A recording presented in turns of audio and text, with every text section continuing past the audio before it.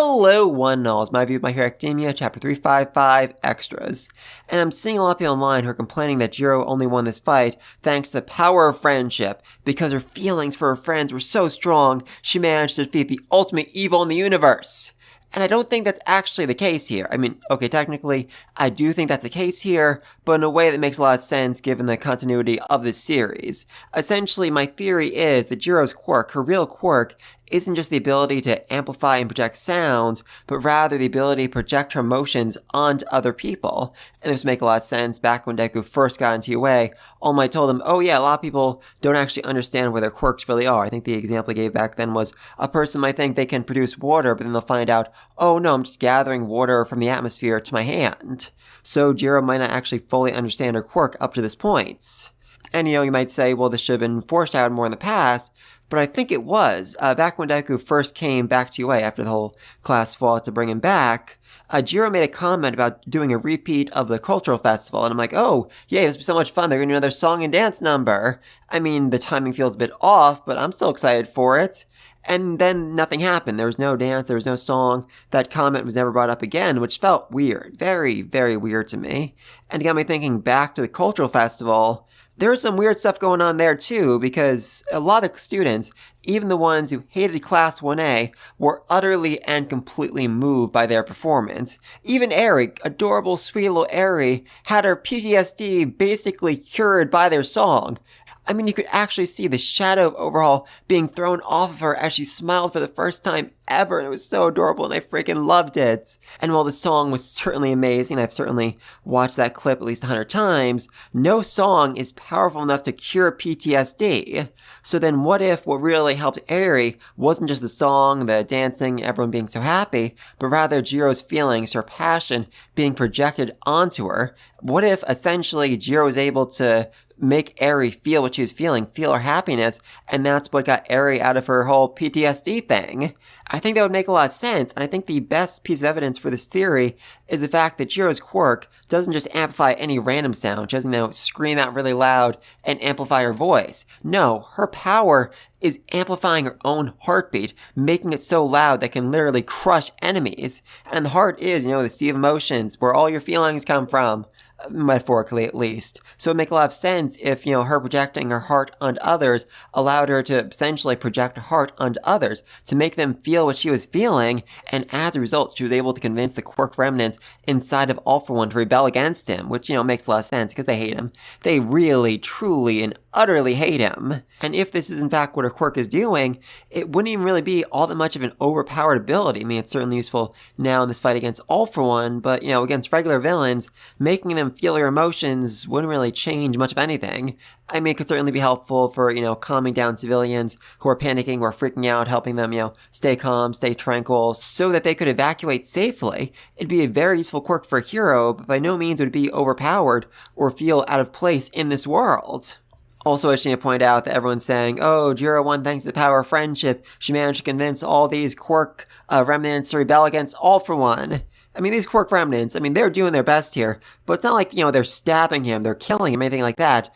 All they're really doing is, delaying him a little bit, holding him in place for a few seconds so that Hawks can deliver a blow against him. Not even a finishing blow, just a fairly strong hit that managed to finally break his freaking helmets. Also, anyone who said that Jiro was overpowered this chapter clearly didn't read the start of it, where Jiro came very, very close to being murdered and had to be saved by Hawks' feathers. And God above, I just love how absolutely terrified she is in this shot. Like, oh, I almost died. Okay, this is a serious fight. This is a real fight. As it turns out, trying to fight the Demon Lord, bad idea. Really, really bad idea. Oh, that was adorable. That was truly, truly adorable. And I really do love that as she's feeling this fear, she doesn't focus on herself, but focuses on, Deku and Ayama. They've been facing off against All For One for a very, very long time now, and she understands, okay, I get it. I get why Ayama would, betray us, why he would become a spy, because All For One is really freaking terrifying. And I get why Deku, ran away. He didn't want us to face off against this guy, because he's really freaking terrifying, and I came so very, very close to dying right there. I love Jiro. I freaking love her. Oh yeah, and then she lost an ear, which looked really overwhelmingly painful. And a lot of people online are wondering, okay, is Juro, down for the count? Is she gonna have to retire from the hero life because, she needs both ears to fight? Which seems, fairly unlikely given the fact that she was able to, still produce a fairly powerful blow against All For One, even when she was down to one ear. Plus, we have Recovery Girl and Eri, who can probably fix up that damage and get her ear back to normal. Huzzah! Seriously, I saw a lot of people that are like, oh, I guess Juro's gonna have to retire from heroing and become a pro musician just like her parents always wanted. No way. I mean, she's facing off against the freaking goddamn Demon Lord here. There's no way she's retiring after this. Even though she certainly deserves to. But speaking of retiring, Endeavor really doesn't look like he's in all that great shape right now. I mean, he took a fairly powerful blow from All For One that chapter. I mean, apparently he didn't lose a lung. I don't think he lost any limbs. There's someone online who said, oh, Endeavor lost his arm. No, I don't think that's the case at all. Endeavor seems to have both his arms. Good for him. And now he's, bleeding out and needs to find a way to get back into this fight, which my best guess is he's going to, basically use his flames to cauterize the wound, to burn it shut, which... oh, that'd be fun to see. It'd be very, very fun to see. And hopefully it gets him out of his whole, self-pity thing. Is like, no, I shouldn't be mad at All For One. I should be mad at myself. I did all of this. I'm like, Endeavor, you've done a lot of really awful, really stupid things in your life.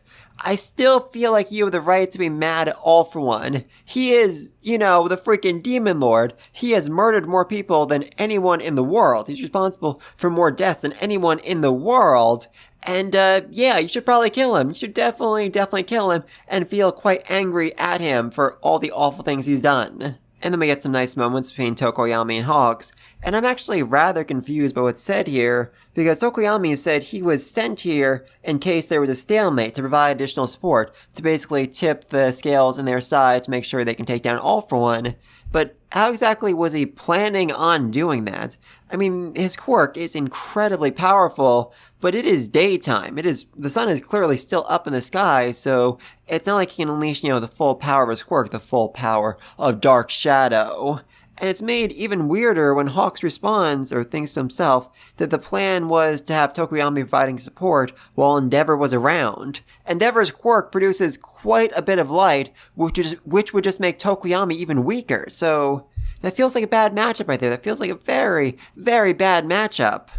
I mean, don't get me wrong, Tokoyami is definitely impressive this chapter, being able to dodge most of All For One's attacks with an impressive level of accuracy, but I just don't see how they're planning on using him to turn the tides of battle, how they're planning on using him as their big ultimate trump card to take down All For One. So if anyone has any ideas about that, please let me know. Maybe the plan was just to keep fighting him until it became nighttime and then pull out Tokoyami, when he can unleash his full power of his quirk, basically go, okay, Tokoyami, just go wild, go insane, Hulk smash, essentially.